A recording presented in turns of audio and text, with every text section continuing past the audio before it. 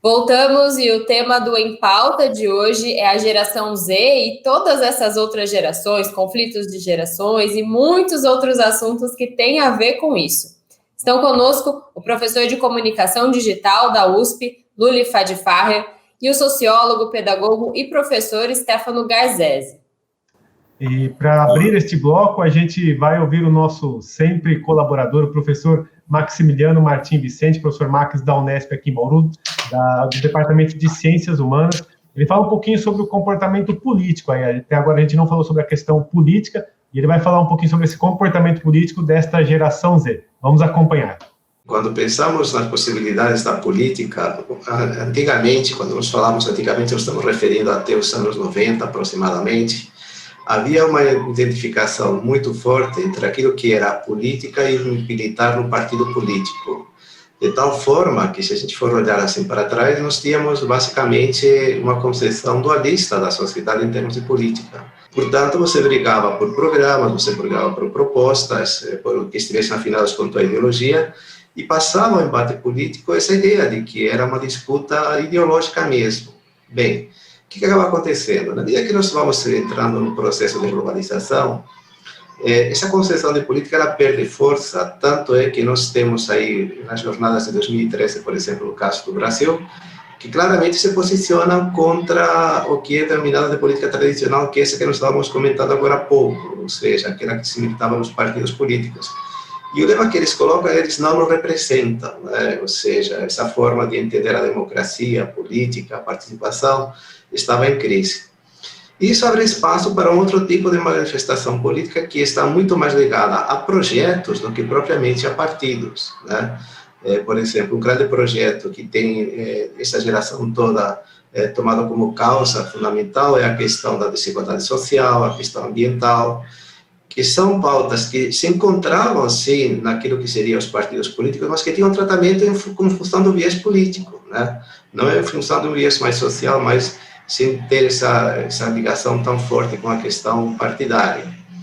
E aí, então, surgem grandes figuras, né? Com uma idade muito jovem, pessoas com uma idade que surpreende já pela maturidade das ideias que estão apresentando em função da idade, ou seja, uma convicção ideológica muito forte em torno de algumas questões que dizem respeito à coletividade, não mais apenas a um país. E essas casas universais são as que estão atraindo os jovens, que conseguem se organizar via novos métodos, que não aqueles antigos, né? Os antigos você tinha que militar um partido, fazer a carteirinha, frequentar os cursos, eventualmente, né?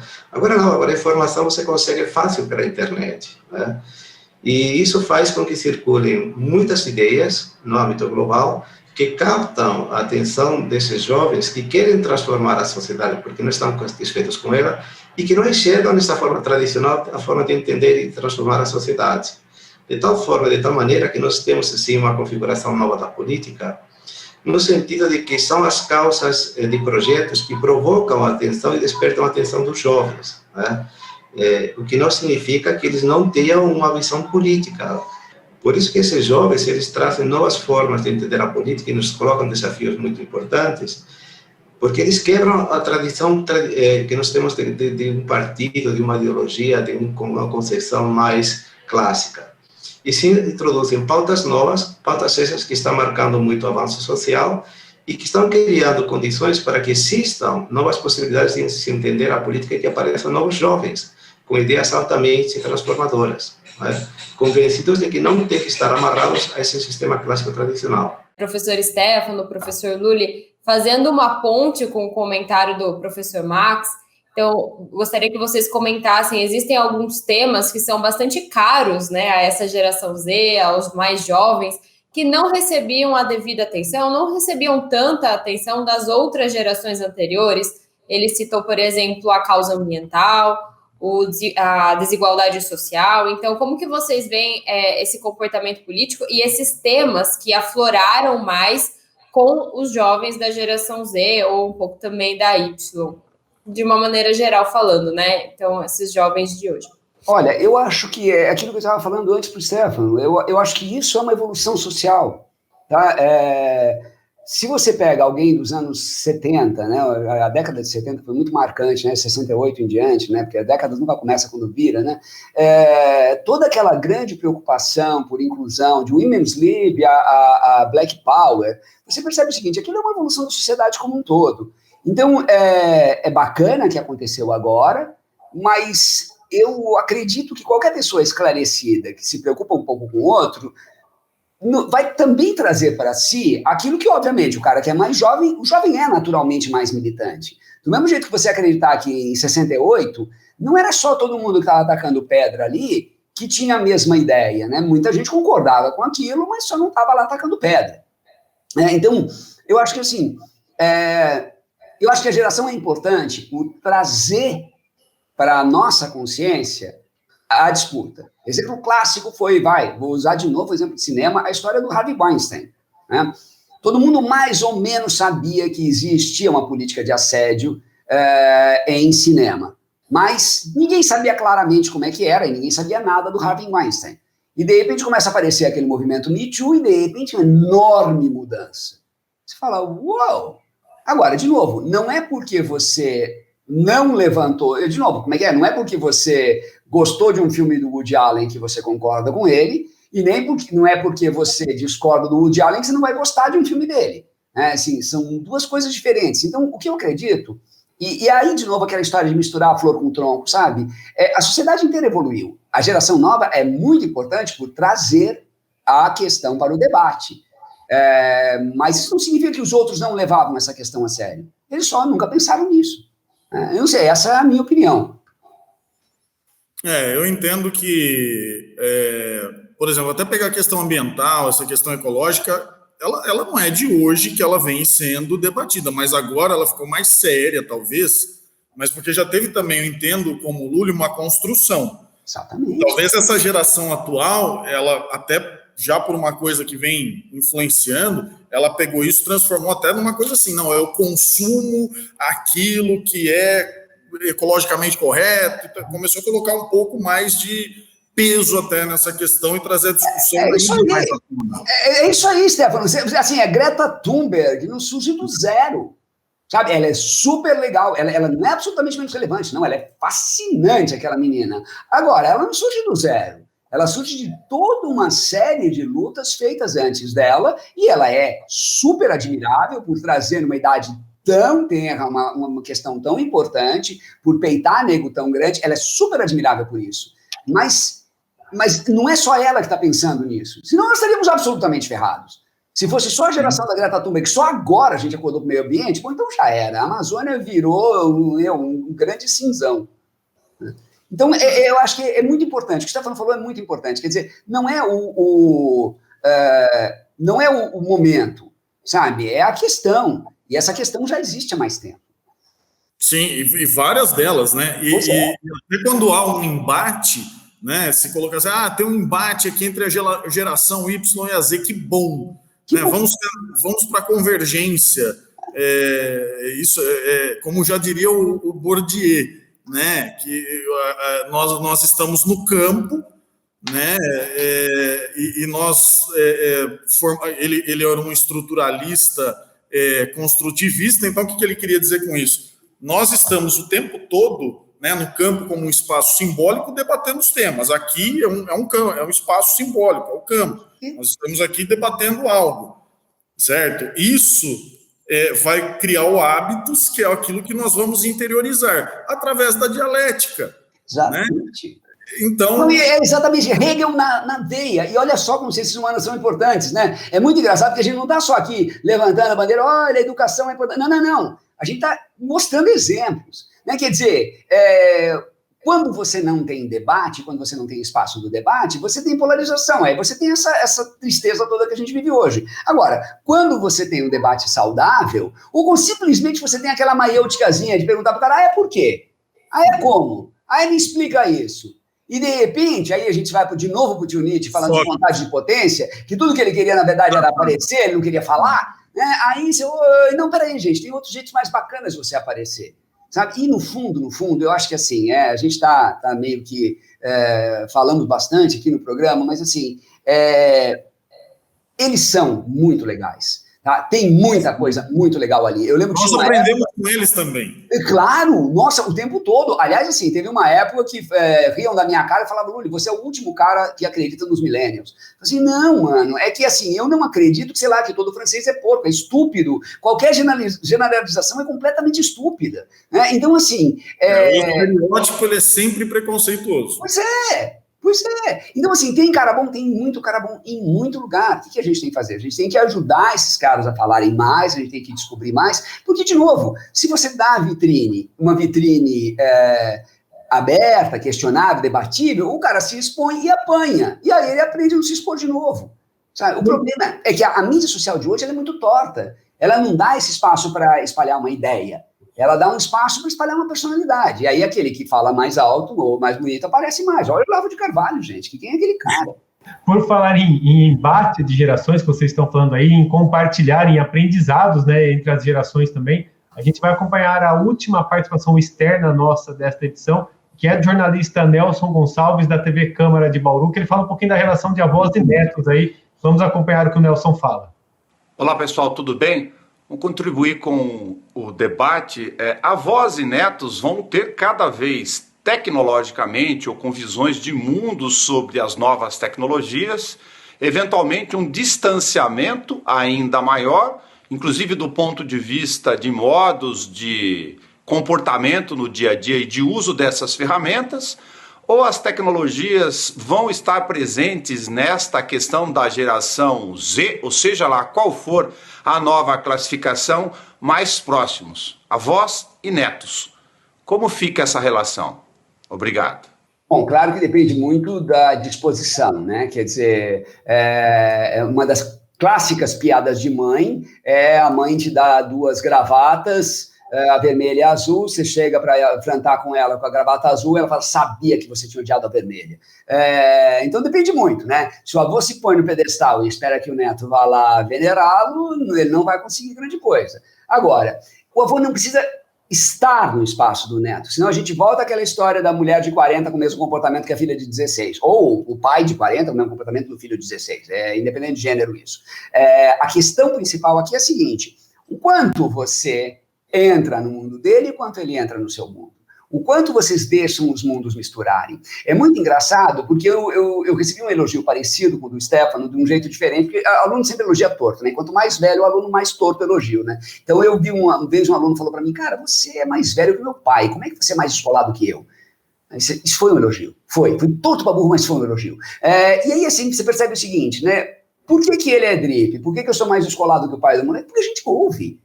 Essencialmente a gente ouve. Porra, eu dou aula há 30 anos. Cara, se eu dou a mesma aula que eu dava no primeiro ano? Não dou. A única certeza que eu tenho é que os meus primeiros 7, 8 anos de aula foram um lixo. Sabe? É que nem falar, o Mozart compunha desde os 14, você não ouve nada que ele compôs aos 14. Sabe? Você vai ouvir a primeira coisa dele, ele tem 21. Por quê? Porque ali já estava maduro o suficiente para poder publicar alguma coisa que seja ouvível. Então, eu acho que o importante, a questão de geração entre avós e netos, é uma coisa que é independente da tecnologia.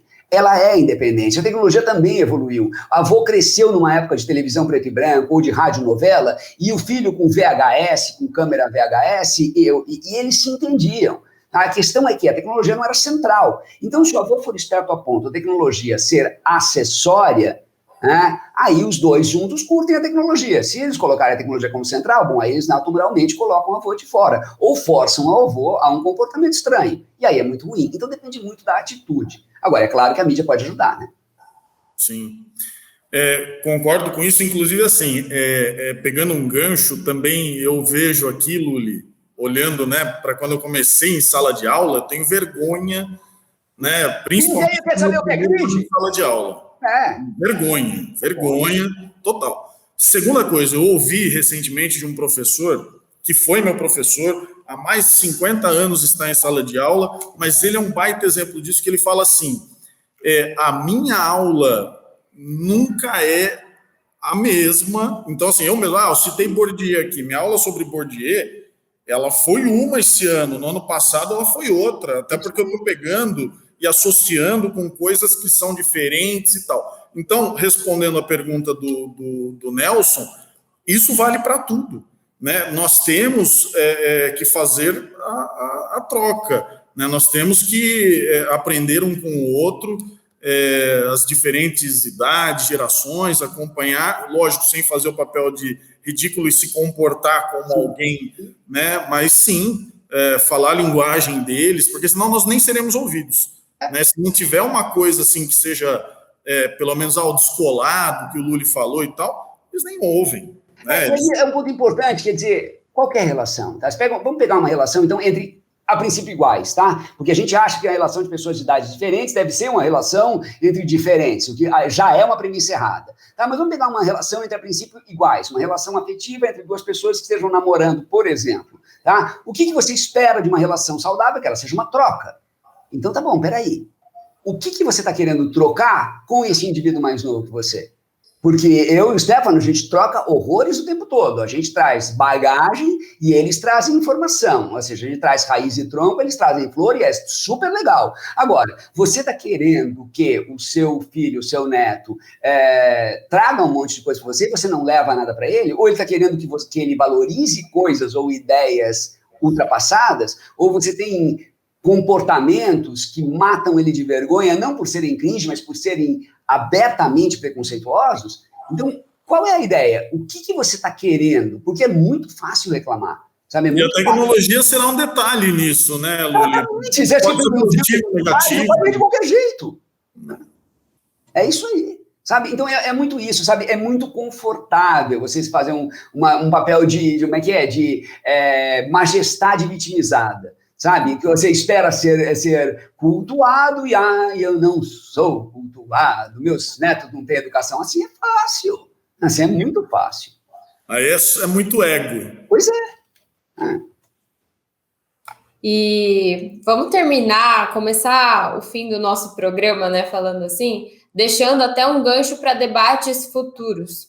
Porque, inclusive, quando a gente fala de qualquer coisa relacionada aos dias de hoje, como a gente está falando sobre a geração Z, sobre essas relações sociais entre os mais jovens e os mais velhos, questão política, questão do comportamento de compra, comportamento, enfim, de uso das tecnologias, né?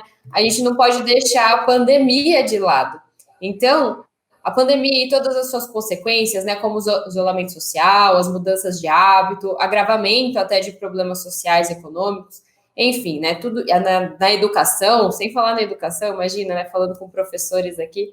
Então, tudo isso vai fazer surgir uma nova geração, ou seja, as crianças e jovens de hoje que vivenciam esses novos tempos, elas podem acabar formando uma geração diferente, ou pelo menos apresentando comportamentos diferentes por causa disso.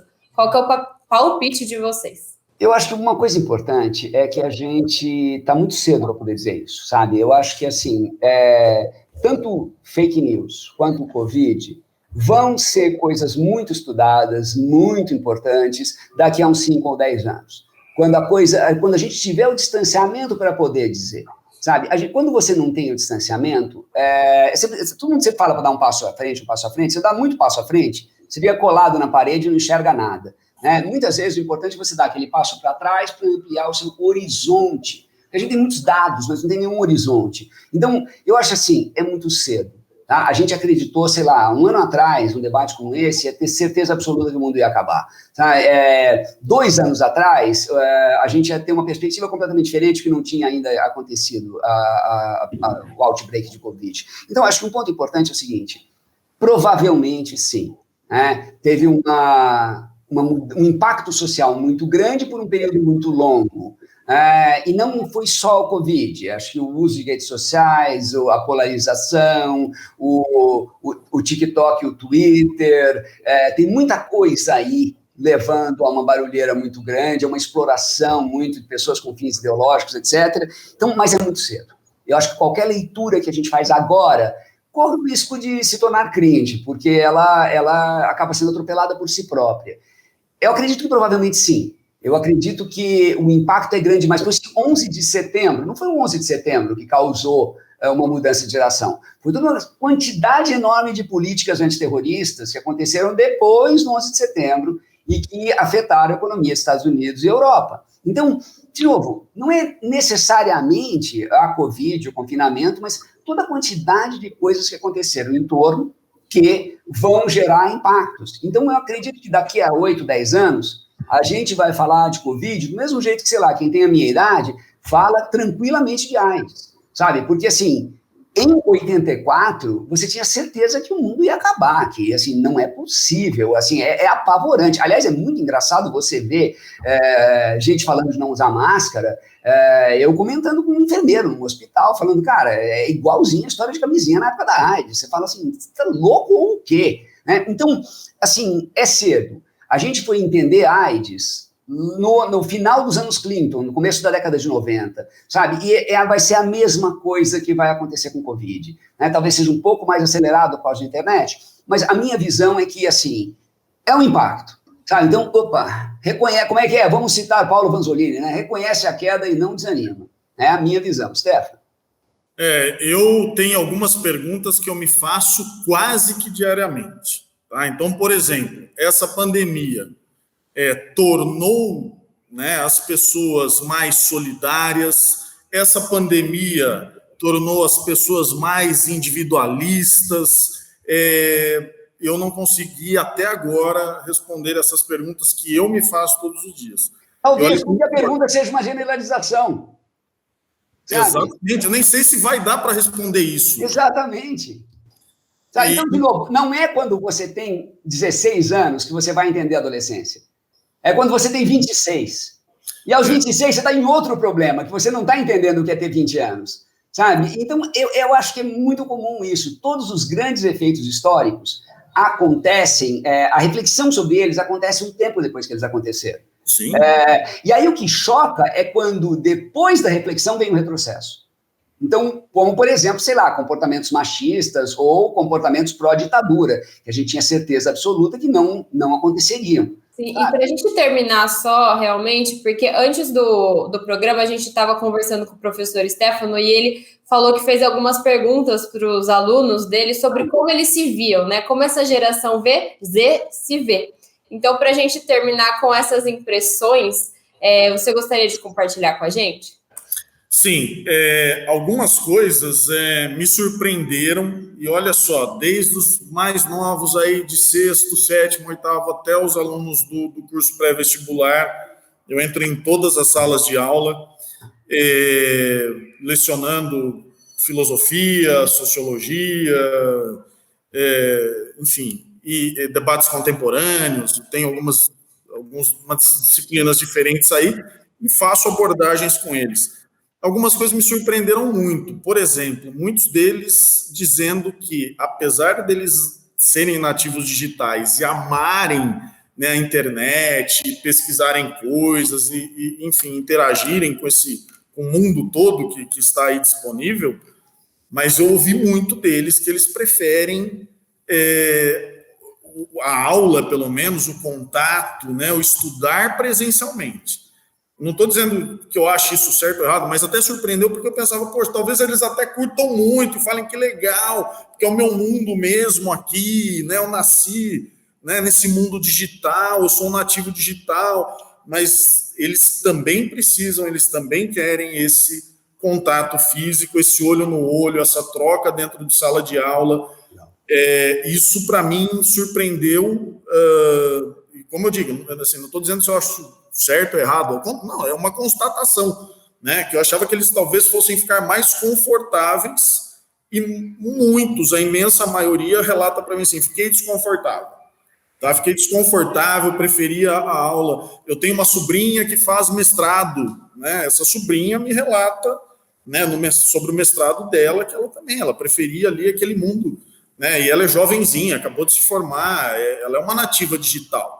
A minha leitura basicamente é simples. Olha, se a aula ao vivo é diferente da aula em vídeo, então esse cara vai sentir uma saudade danada da aula ao vivo, sabe? Agora, se ela é igual... um caminho sem volta, Luli, porque assim, uma coisa que eu às vezes até falo, que eu tenho às vezes a impressão assim, que botaram uma escada, subiram na escada e tiraram a escada.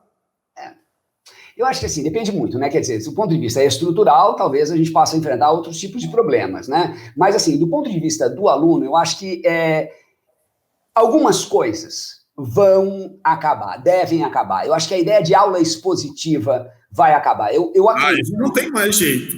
Uma coisa que está acontecendo muito aí no meu nível, né? Quer dizer, você prepara os meninos e eles vão cair no meu moedor de carne, né? O que acontece muito para mim, que eu percebo muito, é o seguinte: a gente provavelmente vai entrar no modelo híbrido, um modelo em que a gente faz um conteúdo prévio da aula expositiva, ele vê a aula antes da aula. Então, vamos imaginar o seguinte: ele tem como tarefa de casa ver a aula. Aquela aula que você daria na frente da lousa, tudo aquilo que você faria ao vivo, ele vai ver isso em vídeo.